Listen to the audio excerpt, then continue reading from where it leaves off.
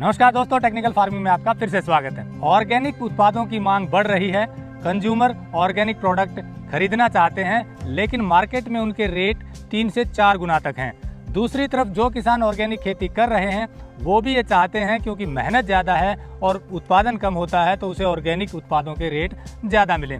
लेकिन किसानों को भी पूरे रेट नहीं मिलते और उपभोक्ताओं को भी 4 गुना रेट पर खरीदना पड़ता है, क्योंकि बीच में लोग ऐसे बहुत से हैं जो उसको कई गुना रेट बढ़ाकर लोगों तक पहुंचाते हैं। लेकिन मेरे साथ खड़े किसान जितेंद्र मिगलानी जी का कुछ और कहना है, जिसमें दोनों का लाभ होगा, किसानों का भी और उपभोक्ताओं का भी। वो क्या कहना है, सुनिए जितेंद्र जी से।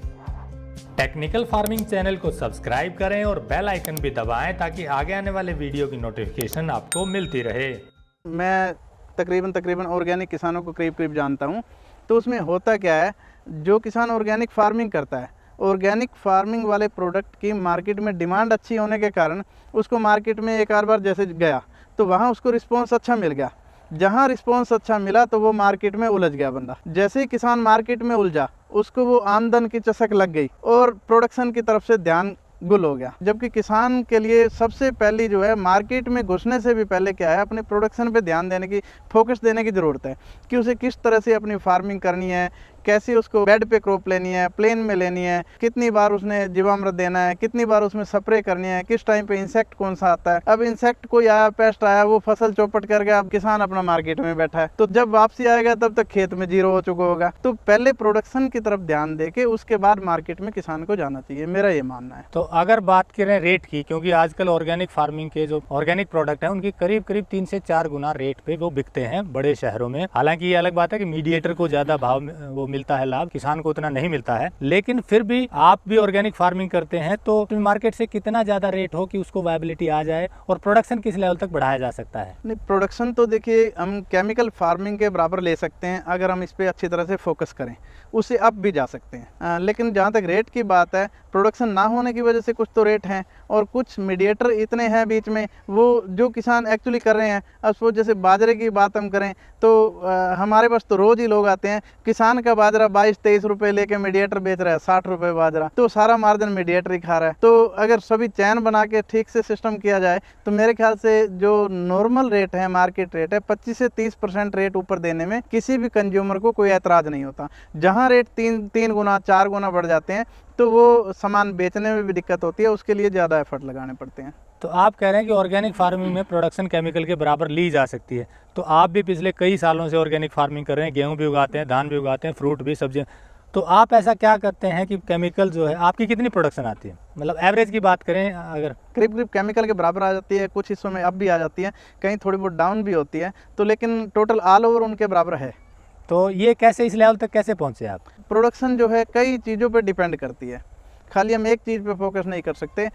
Biodiversity, companion planting, trap cropping और जो है ऑर्गेनिक कार्बन, पीएच वैल्यू, कई चीज़ों पे डिपेंड करती है हम किस चीज़ से कैसे मेंटेन कर रहे हैं। तो उसको खाली एक ही चीज़ पे हम फोकस करके नहीं कह सकते कि इस तरह से हमने अपनाया तो प्रोडक्शन इतनी बढ़ गई। इसके लिए हमें काफ़ी कुछ नॉलेज लेना पड़ता है। यानी कि आपने रिसर्च की, एक्सपेरिमेंट करते रहे हैं बार बार और उसके बाद धीरे धीरे? एक्सपेरिमेंट तो साइंटिस्टों ने किए हैं, तो हमने तो फॉलो किया, ट्रायल किया है, आपने ट्रायल किया है या फॉलो किया है। तो अच्छी तरह से सारी चीज़ों को सोच समझ के फॉलो करने की ज़रूरत है। तो एक बेसिक चीज़ जो मानी जाती है कि ज़मीन की जो है उपजाऊ ताकत को बढ़ाने के लिए ऑर्गेनिक कार्बन बढ़ाए, तो उसका कितना रोल रहता है? कि ऑर्गेनिक कार्बन का भी अच्छा रोल है, और उससे ज़्यादा रोल जो है वो ये है कि हम लोग केमिकल फार्मिंग कई साल से किसान कर रहे हैं, और जब वो ऑर्गेनिक में आते हैं तो उसके तरीके चेंज नहीं करते, पैटर्न वही रहता है। अब उसमें क्या होता है, जैसे हमने गेहूं लगाई, अगर हम प्लेन में गेहूं की बिजाई कर दें और गेहूं की बिजाई हमने ड्रिल करी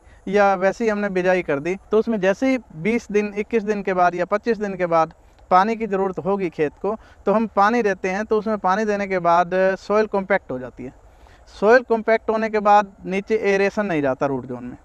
एरेशन ना होने की वजह से कई तरह की डेफिशिएंसी प्लांट शो करता है। अब केमिकल फार्मिंग में भी ऐसा ही होता है, लेकिन केमिकल फार्मिंग में वो लोग उसी समय जैसे नाइट्रोजन की डेफिशिएंसी शो हुई तो यूरिया डाल लेते हैं।